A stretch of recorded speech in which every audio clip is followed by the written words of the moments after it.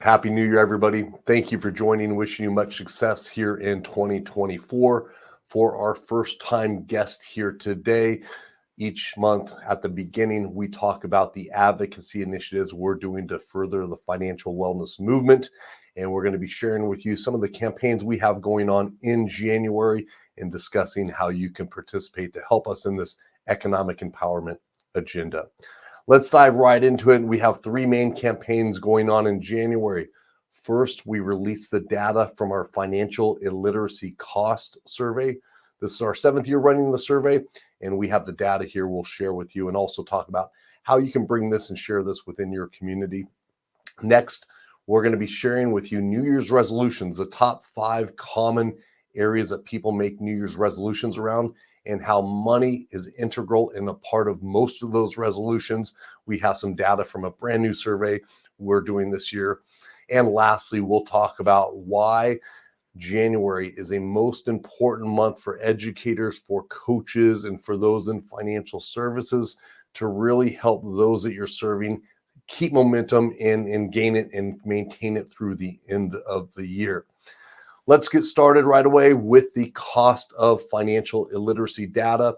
A little background on that. About 7 years ago, we had a meeting with our board, and we were talking about what does it cost the average American due to lack of financial knowledge each year, right? And we looked on the internet, we were all on our phones, and we could not find the answer. Hence, the survey was born.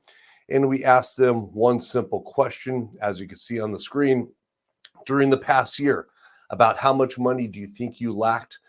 How much money do you think you lost because you lacked knowledge about personal finances? Here's the categories and here's the data. We had about, the bulk of it is in those middle sections. We had about 50%, say $500 to $10,000 they lost. You see how that's bookended with people reporting about 9% saying over $10,000 and about 40% saying 0 to 500. But the takeaway here is a lot of people realize that lacking knowledge is costing them money, and it's important for them to realize that. In the survey, we'll talk about the broader results and the implications of this for those that are teaching classes and serving people currently. Just to break down that data a little bit more, the average adult in America this year lacking knowledge costs them $1,506. That's a lot of money. When you think about a paycheck, what people are making on a monthly basis, that can really eat away at somebody's ability to save or pay down debt, especially this year with high inflation, high interest rates. People's savings rate is dwindling. People's credit card debt load is increasing. We're at over $1 trillion credit card debt across the country. So it's challenging times for a lot of people, and lacking knowledge that can save them money. Right now, it's very important that we're helping them gain that so they're not experiencing these losses, right? If we take this across all, 258 million adults in America, that equals $388 billion it's costing individuals within this country. That's a major impact. Now, there's two things that I want to point out here. One, I think that number is at least doubled. I think the survey here is very much on the conservative side for two reasons. Number one, when we calculated the data, we used the lower of the bracketed amount. So if somebody answered $1,000 to $2,499, we use a very conservative number, the $1,000, to calculate that figure. So we were very conservative with how we calculated the data. And secondly, and maybe almost more importantly, anytime you're conducting sentiment surveys, which is meaning where people are reflecting on their personal responsibility toward any issue or being judgmental on themselves. Typically, people skew to give themselves the benefit of the doubt. I think an easy example here is if you ask people to rate themselves look-wise, right? They might be a 5, but most people would say 7 or 8, right? So that gives you an idea on that sentiment survey. Typically, those numbers are answered low. So again, I think those The data we have, that $388 billion could be doubled, maybe tripled, if we're going to get real accurate information and not self-assessments. The other thing I want you to think about is, again, when we're looking at that $1,500 on the average person, that's a big chunk out of paychecks that can go toward many other areas of their life. And there's ways that you can use this from, I'm going to talk about 3 ways you can use it: from the education standpoint, from the advocacy standpoint, and also from the more the media and PR standpoint, okay? From the education standpoint, you can use a survey so people can self-reflect on their lack of knowledge, right? It's better than sharing within the data. If you're providing the survey to somebody, and you can use our exact survey question, the exact answers.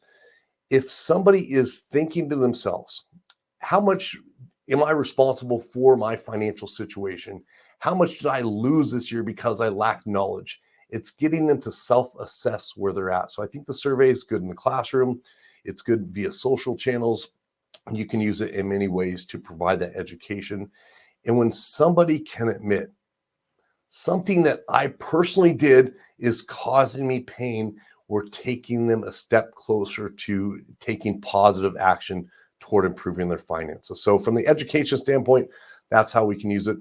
From the advocacy standpoint, you can use the data in your presentations to highlight the scope of the problem. You can use it when you're pitching organizations. Again, always social and those other channels, you can use that. But I think it's valuable data, so people understand really the scope of the problem and how it's impacting the majority of people across this country and globally as well, across the world here today. Now, our survey was focused on the US market, but I'd love you, for anybody international, conduct that survey in your own area as well. We give you permission to do so, and share the data with us as well, because we want to compare and contrast how these different countries are experiencing financial loss due to lack of understanding. The last way you can utilize that is through awareness campaigns. Now, for those that are teaching classes or have a client list or working with coaches, I would encourage you to take this data and gather your own data. So survey your own audience, survey your classes with this data and compare it. The media is always looking for national stories and national data and looking for a way they can leverage it on a local level. So let's say you're doing a financial education program for 100 adults in your local area. You can compare what they're saying about their lack of knowledge and what that's costing them with the national data, and that gives you a great story angle for local media, etc. Remember, they're always looking for relevant information that have that local edge to it. So I hope you utilize that, and keep us posted as well. If you have some good data to share, we'll do some co-promotions with you as well.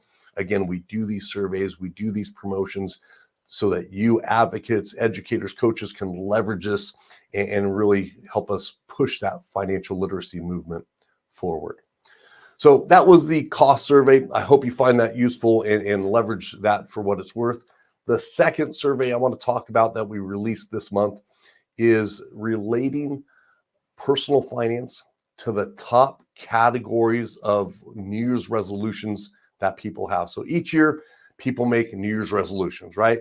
January, it's a big for that. And so it's, in each year, we looked over the past decade, there were 5 main categories that most people made resolutions. And I would say these are the 5 top categories where people made resolutions. One was personal finance, right? We had emotional health, we had relationships, we had physical health, and also a dietary health and so forth. That's kind of fitness and so forth. So those are kind of the main areas, main segments that people make these goals. And our point of the survey was really to show how money impacts these other areas of people's finances, right? And the relationship between that. So I'll share with you the data here now, and we'll take a look and walk through some of this. So again, we asked people a very simple question. will your blank improve if your financial situation improves? So that blank is these other four categories of top New Year's resolutions. So this first one is, will your relationships improve if your financial situation improves? And we have over 50% said yes or definitely yes. Another big portion said maybe. 31% said maybe. Very few people said no or definitely no. So we see from divorce rates to stress levels in relationships, money plays a major impact. And we can use this really to leverage, hey, if you're looking to strengthen your relationship, well, some focus on your finances could be important to help you strengthen that relationship in many instances, at least for 50%, likely for 31%. And maybe that 16% said no, maybe not, right? It doesn't benefit everybody. In fact, sometimes money can make situations worse, but I think most people would agree here, at least from the data, what it's showing us is most people agree money makes a positive impact in somebody's relationships. The next we asked, will your fitness improve if your financial situation improves? And we had, 40% of people, 40 something percent that said yes or definitely yes. A big portion said maybe there as well. And, that I didn't expect that high of results for fitness because there's a lot of things we could do free, but I'm thinking maybe people are considering wanting to hire a personal trainer, wanting to go to a different gym, or maybe having more free time to work out. That may be the case. I'll let you make your own reasoning behind the numbers. We're just here to present the numbers. I'll give you my thoughts on those as well, but some interesting data from the fitness standpoint. Next, we asked, will your diet improve if your financial situation improves? We had, again, 50%, just almost right at 50%, said yes or definitely yes. And yeah, I can see that. I know that good food costs. If you're looking for free range, no hormone, organic, that's costly, right? Where you have your fast food and so forth, that's very affordable. And I think, hey, with this, if we would ask, would your ability to have a healthier diet improve? Probably a huge majority would say yes. But again, diet is very behavioral, and a lot of people don't want to change their diet. They're happy doing what they want, whether they're already healthy or not. They're happy there, but it's a big behavioral decision, just like money. But the big change was, will your emotional health improve if your financial situation improves? And really, that's a heavy question, right? Hey, will you feel better, happier, healthier? Will your emotional health improve? And what is this? 74% said yes or definitely yes. That's a scary data piece, but it aligns nicely. American Psychological Association puts out a report that highlights about 74% too put money as the leading stressor in their life. So this aligns nicely with that. But it is sad that people are going through the stress related about money. And it is challenging. Again, we always tell people money impacts more than wallets, purses, and bank accounts. As we see here, it impacts relationships, our health, fitness, our emotional health, and many other areas of our life. So it's important, hey, when you're out there thinking about, hey, you're a financial educator, financial coach, or somebody that's just an advocate for financial wellness. Sometimes we get caught up in the day-to-day, hey, I want to educate and so forth, but it's important to just take a step back and think about how it's spilling over into other areas of their life and how we can help other areas of a person's life really improve. Additionally, with your clients, your classes, whomever you're serving, I think highlighting this, you can even give them the survey. I think it's better when you give them the survey and have them think about it rather than tell them the results. This way, they're able to self-reflect and say, oh yeah, money is impacting my relationship. Money is impacting my health. And the key thing with this survey, it's helping to build up reasons for people to learn, right? So that's one of the key ways I want you to leverage the surveys is to build up reasons for people to learn that are beyond money. And if we can broaden the impact of money and have people realize that, hey, it's impacting other areas of their life without us telling them. Now people have been introspective and they're telling us, hey, money would impact my relationships. Now we have some power to really promote positive change and positive behaviors, which is really, again, for those that have been in the space for a while, you understand money management is largely behavioral rather than logical and analytical. Now we still need some analytical thoughts and to organize our budget and so forth, but a lot of what's getting people off course is behavioral. So the more reasons we can help them develop for themselves, the more motivated they're likely to be to make positive change. And I think that's a perfect segue into the last piece that we'll be talking about today, which is our third campaign, which is really promoting educators, coaches, financial service professionals to spend extra time reaching out and communicating with their clients, their classes, and anybody they've served, because January presents us with a time where people have moved from a procrastination phase to an action phase. For those not familiar with the stage of change theory, the technical name is the trans-theoretical model of change, but I just call it the stage of change model. It's important to understand if people are in that preparation or contemplation phase, that's more the procrastination phase, right? They can procrastinate their entire life and never enter the action stage. But in January, on a national and global scale, people have gone from that preparation and contemplation phase to the action phase because they wrote down their goals. Not everybody, but a large percentage. So this represents one of our best opportunities to help serve them, support them, and help them carry momentum forward. That action phase is really critical. Before that, if let's say it's November and they're not ready to take action, and we have a mandated class of people that are kind of forced to be there that aren't ready to take action, it's going to be very hard for us to achieve positive long-term results. But when they're in the action stage, we have that momentum in our favor, and they have their own personal reasons at that stage to take action. So it's important we provide that support and encouragement there. So anytime we have them in the action stage, it's great. So again, on a wide scale, how can you leverage this? Well, making sure you're communicating with those that have been in classes or been to your workshops, reaching out to your coaching clients, reaching out to those prospective clients that have talked to you, have gone through a consultation.